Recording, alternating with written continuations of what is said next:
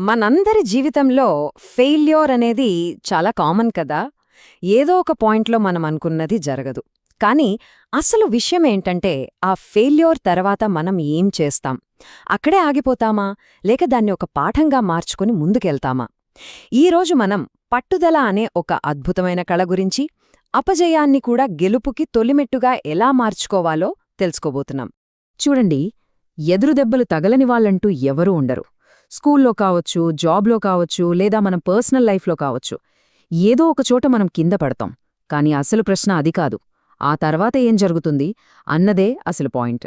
ఆ ఓటమిని ఒక ఫుల్ స్టాప్గా చూస్తామా, లేక ఒక కొత్త చాప్టర్కి నాందిగా భావిస్తామా? మన భవిష్యత్తు మొత్తం ఆ ఒక్క నిర్ణయం మీదే ఆధారపడి ఉంటుంది. సరే, మరి సక్సెస్ఫుల్ పీపుల్ ఈ ప్రశ్నకెలా సమాధానం చెప్తారు? వాళ్లకి కష్టాలొచ్చినప్పుడు వాళ్ల మైండ్ సెట్ ఎలా ఉంటుంది? ఛాలెంజెస్ని దాటడానికి వాళ్లు ఫాలో అయ్యే ఆ బేసిక్ ప్రిన్సిపల్స్ ఏంటో ఇప్పుడు చూద్దాం.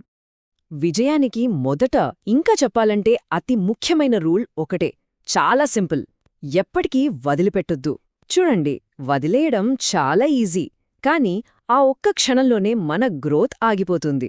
అసలైన లెర్నింగ్, అసలైన జర్నీ మొదలయ్యేదే పట్టుదలతో మళ్లీ ప్రయత్నించినప్పుడు. మనం గమనిస్తే సక్సెస్ఫుల్ అయిన వాళ్లందరిలోనూ ఉండే ఒకే ఒక కామన్ క్వాలిటీ ఏంటంటే వాళ్ల పట్టుదల. వాళ్లు ఎప్పుడూ ఎట్టి పరిస్థితుల్లోనూ వెనక్కి తగ్గరు. ఇది కేవలం ఒక అలవాటు కాదు, అది వాళ్ల క్యారెక్టర్లోనే ఉండిపోతుంది. చరిత్రలో గొప్ప గొప్ప వాళ్లందరిలో ఈ ఒక్క లక్షణం ఖచ్చితంగా కనిపిస్తుంది. సరిగ్గా ఇదే విషయాన్ని ఒకప్పుడు విన్స్టన్ చర్చిల్ అన్నారు: మనం ఎప్పటికీ లొంగిపోము అని. ఆలోచించండి, ఈ ఒక్క మాటలో ఎంత పవరుందో. చరిత్రలో ఇలాంటి మాటలు మనకు ఎంతో స్ఫూర్తినిస్తాయి. సరే, పట్టుదలగా ఉండాలి, వదిలిపెట్టొద్దు, అంతా బానే ఉంది. కానీ దాన్ని ప్రాక్టికల్గా ఎలా చెయ్యాలి అంటే, ఒక ఫెయిల్యూర్ని ఒక లెసన్గా ఎలా మార్చుకోవాలి? దీనికోసం ఒక సింపుల్ 5 స్టెప్ ఫ్రేమ్వర్క్ ఉంది. మన తప్పుల నుండి నేర్చుకోవడానికి ఇది చాలా బాగా హెల్ప్ అవుతుంది. ఈ 5 స్టెప్స్ చాలా చాలా సింపుల్. ఫస్ట్, మనం చేసిన తప్పులేంటో నిజాయితీగా అనలైజ్ చేయాలి. సెకండ్, అసలు ఎక్కడ, ఎందుకు తప్పు జరిగిందో కారణం తెలుసుకోవాలి. థర్డ్, నెక్స్ట్ టైం ఇదే తప్పు రిపీట్ కాకుండా ఏం చెయ్యాలో ప్లాన్ చేసుకోవాలి. ఫోర్త్, ఆ ఫెయిల్యూర్ నుంచి ఒక విలువైన పాఠం నేర్చుకోవాలి. ఇక ఫైనల్గా 5వ స్టెప్, మళ్లీ ప్రయత్నించాలి. అంతే, ఒక నెగటివ్ ఎక్స్పీరియన్స్ని ఒక పాజిటివ్ లెసన్గా మార్చేశాం. ఇదంతా ఏదో థీరీ క్లాస్లా అనిపిస్తోందా? అస్సలు కాదు. నిజ జీవితంలో ఈ ఫ్రేమ్వర్క్ని ఉపయోగించి అద్భుతాలు సృష్టించిన ఒక వ్యక్తి కథ ఇప్పుడు చూద్దాం. పట్టుదల అనేది యాక్షన్లో ఎలా ఉంటుందో మనకు అర్థమవుతుంది. టెక్నాలజీ ప్రపంచ గతిని మార్చేసిన యాపిల్ కంపెనీ, దాని ప్రయాణం ఎక్కడ మొదలైందో తెలుసా?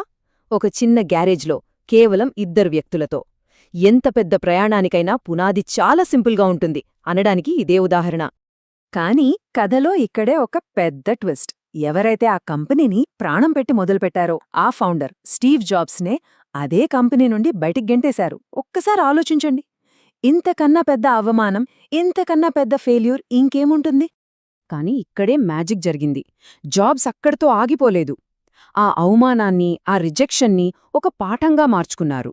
తను నమ్మిన ప్యాషన్, ఈ ఓటమి అనే భ్రమకన్నా చాలా పెద్దదీని రియలైజ్ అయ్యారు. ఆ కొత్త ఆలోచనే నెక్స్ట్ పిక్సార్ లాంటి అద్భుతమైన కంపెనీల పుట్టుకకు కారణమైంది. మరి వదిలిపెట్టకుండా పట్టుదలతో పోరాడినందుకు ఆయన సాధించిందేంటి? ఒక్కసారి ఈ నంబర్ చూడండి. ఇది మామూలు నంబర్ కాదు. మళ్లీ యాపిల్ సీఈఓగా తిరిగి వచ్చి ఆ కంపెనీని $1.4 ట్రిలియన్ సామ్రాజ్యంగా మార్చారు. పట్టుదల పవర్కి ఇంతకన్నా పెద్ద ప్రూఫ్ అవసరం లేదు. సో ఈ మొత్తం కథ నుంచి మనం నేర్చుకోవాల్సిన ఫైనల్ అండ్ మోస్ట్ ఇంపార్టెంట్ లెసన్కి వచ్చేసాం. అదేంటంటే, ప్యాషన్ అంటే అభిరుచికి, పట్టుదలకి మధ్య ఉన్న సంబంధం. సక్సెస్కి అసలైన తాళంచెవి ఏది? ఈ రెండింటి మధ్య ఉన్న తేడా చాలా సింపుల్. ప్యాషన్ అనేది ఒక కారు స్టార్ట్ అవ్వడానికి కావాల్సిన పెట్రోల్ లాంటిది. కానీ పట్టుదల అనేది ఆ కారుని గమ్యానికి తీసుకెళ్లే ఇంజిన్.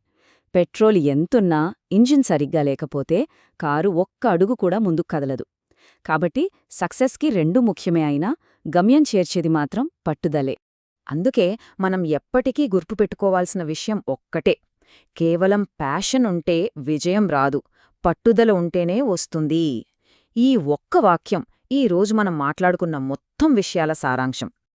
ఈ విశ్లేషణ ఇక్కడితో అయిపోయింది. కాని అసలు ఆలోచన ఇప్పుడే మొదలవ్వాలి. మన జీవితంలో వచ్చే తర్వాతి ఎదురుదెబ్బను విజయం వైపు వేసే ఒక అడుగుగా ఎలా మార్చుకోవాలి? ఒక్కసారి ఆలోచించండి.